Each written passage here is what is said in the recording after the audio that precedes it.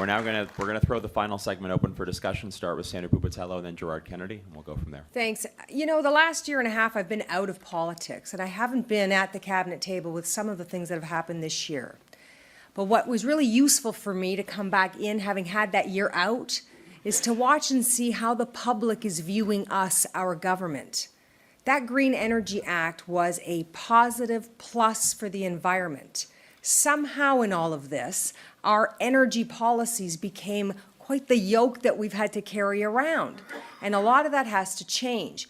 We've got to have a leader who's prepared to stand up and point to the jobs we've been able to land, and in this next short term, make the kinds of changes to implementation on the Green Energy Act that's going to make a difference and get more jobs.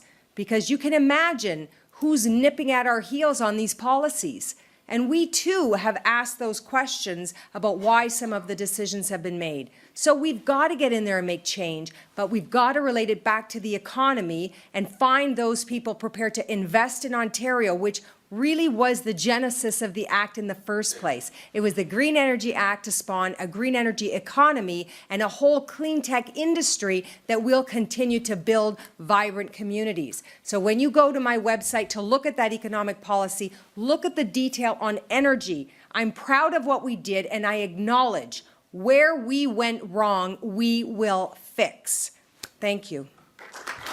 Thank you. Gerard Kennedy. Well, I think that's exactly the kind of challenge that, that I've taken on before in terms of education, in terms of trying to find a way to get a consensus around hunger and so on. It is a very big issue for us. It goes to the core of our credibility as Liberals around implementation.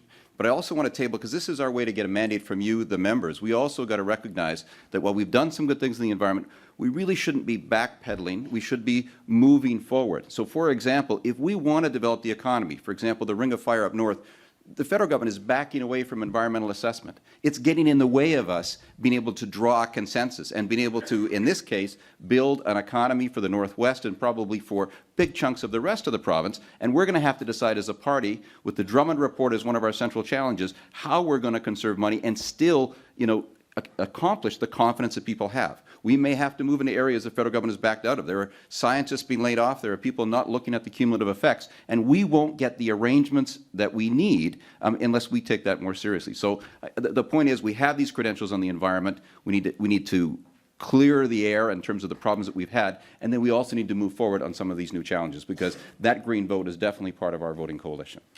Thank you. Kathleen Wynne. So I acknowledge, and I think it's really important what Sandra and Gerard have said about the concerns that we've had. There have been mistakes that may have been made, but we took a leap to create a green economy, and I don't think any other party would have done that. I think that we have to be very clear that we would not be having this discussion at all about the green economy if we hadn't taken that risk. If Dalton McGuinty and George Smitherman and all of the folks who were at the table, Sandra, all of us who were there, if we hadn't said, this is something that needs to happen. So we've done that. I think in some ways, people are ahead of us. I had a group of young developers in my office the other day, and they were saying, one of the things that we want to hear the leadership candidates talk about is removing barriers to building sustainable communities, sustainable construction, and it goes back to that conservation discussion. I think that there are people who want to push us on that, and we need to listen very closely to people who have those kinds of ideas, because that's the foundation, that's the next step that builds on the foundation that we have created over the last 9 years. So that's where we need to go. Thank you.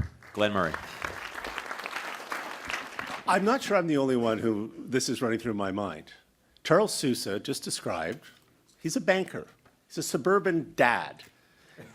He fought really hard to try and stop something in his constituency. Said, it doesn't work, my folks don't want it. Did we listen to Charles? No. We got into an election, and then someone else made that decision in a New York minute. And I was knocking on doors in rural Ontario for some of our rural members. When I was getting asked at the door all of a sudden, this is how I heard about it, why do we not get our windmills canceled, but the plant gets canceled? I agree. I'm darn proud, Kathleen, of our Green Energy Act, and I've said it many times. But we're liberals. We've got to be the most competent government in the world. You can't just get half of it right. What I'm proposing with community planning isn't new. It isn't my idea. This was popular all across Canada. People lined up outside our doors, not just Charles, to do that.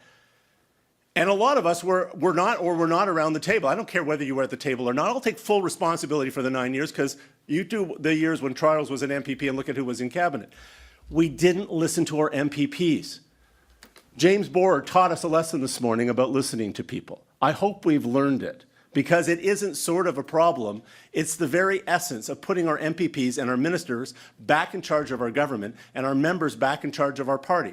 I dare say if we just had simply done that, we wouldn't have some of the difficulties we're having today. Thank you.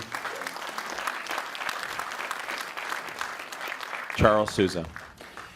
You know, I recall very well years ago when we had our blackout. You may recall it too. I was actually with John Tory at an event. That was interesting. He was running for mayor at the time, actually. But what have we done since? We should be proud of some of the things that have occurred because we've modernized our system. We've invested heavily in new transmission. We've refurbished a number of other facilities, and we've established tremendous amounts of green energy without emissions. That's important. What we need to do, though, going forward is a little more. The report recently talked about some consolidations with regards to distribution centers. That's going to save over $1.2 billion over 10 years through voluntary consolidation. That's important, reducing our costs. But more important than that, we need to increase transmission and delivery of that clean energy to some of our isolated remote communities, especially in the north. 27 bands of Aboriginal communities are still living off diesel. There's mining and forestry sectors still on diesel. It is worse than coal. And it is more of a negative impact on our environment.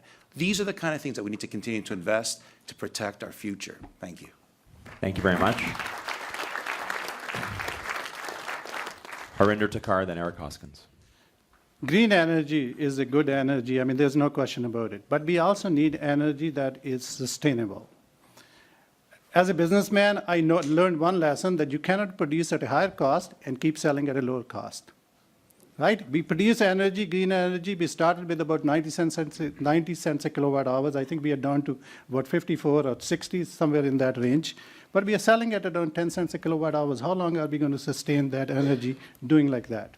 So I think at the end of the day, we need to do a cost-benefit analysis, like what, some of the things that Charles talked about, it has other benefits. But if you take all those things into account and say, does this really make sense for us to do it? Otherwise, it's going to make us very uncompetitive. We will not be able to compete with other provinces. We will not be able to compete with other states, and our jobs will be at loss. We already have a $14 billion worth of deficit that we need to control. If we keep adding to that deficit, we will not even be able to pay the interest costs on those. Interest costs are at their lowest right now, and if they move up, there will be another $4 billion worth of expenses in interest costs. That means then we will have to cut costs. It most probably will end up in major expenses like the health and the education. So we need to do everything that we do in a way that is sustainable. I think that is important, and also that makes us competitive. The other point that I want to make is I think if we need more energy, we will be able to conserve it. We are not very good at it, even though we have made a lot of progress in that front. I think our kids these days in the schools are way more advanced than what we are. I think so we are making advances on that front, but we need to learn how to conserve energy as well. Thank you. Eric Hoskins. Well, I just want to talk for a moment about perhaps Ontario's best stewards of the environment, our farmers. And we have, I know there's some of the things that we've said this evening that have implied, we've talked about rural and small town Ontario through implying that that it's relevant to that as well. But there's a pilot project that, in fact, they have part of this pilot project in Stormont, Dundas, Glengarry, on environmental stewardship. And I learned about it, though, in my hometown of Simcoe in southwestern Ontario. It's called ALICE, Alternative Land Use Services. And what it does is it provides a little bit of money to farmers for capital costs, and it pays them a little bit of money on an annual basis for them to do what they often already are doing and be good stewards of the environment. So maybe it's protecting species at risk, protecting waterways that pass through their farms. And it's a program which is also helping our farmers and our farm families remain financially viable. You know, I worked on a family farm which no longer exists, and I think we all know how difficult it is for our farmers these days to get by. So we also, I think, need to look at that type of environmentalism, how we can help those who are already good stewards of our environment in a way which is good not just for the environment, but good for our economy. And if we tie that in as well to local food, food security that we don't talk about nearly enough, and food safety, because our food comes from our environment, it's part of our environment, and it's, again, next to our blue economy, water, it's the most vital thing that we need to protect in this province. Thank you very much. Just some very final comments. Charles Sousa? When I talk about supporting the remote communities with transmission facilities, it's not just also about being socially minded.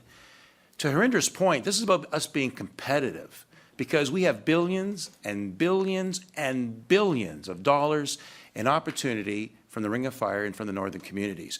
They'll need transmission facilities in order for us to attract that investment. This is all about a return on investment. This is all about having reliable, sustainable power so that we are going to be competitive and have the advantage of attracting that investment. And this is going to be something even more effective in the future, because if we don't invest, they won't come. We need to make certain that we take the proper steps long term to achieve it. Thank you very much. And I want to say this Really about quick, please. renewable energy. It's also coming down in price. It only represents about 3% of our total costs. The real cost is everything, and it's the relative cost of the refurbishments that are necessary going forward. So interest and investment in renewables is critical. Thank you. Harinder Thakkar. I just want to clarify one point. I think when I said that the local input is very theoretical at this point of time, that doesn't mean I don't believe in the local input. I think the local input is very important, and we need to consider local input before we make decisions. But right now, we don't need energy, so we don't need to build power plants. So we can talk all about the local input as much as we want, but actually, we don't need to build power plants. Thank you. Kathleen Wing. Did you just correct your record? Yes.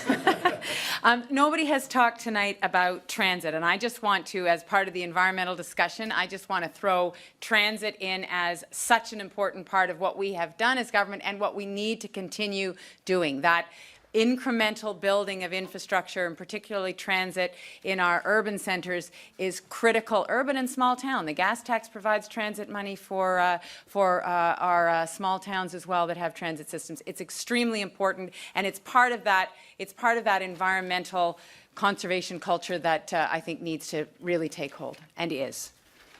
Well, thank you very much, candidates. Thank you. Yeah, absolutely. They all deserve applause.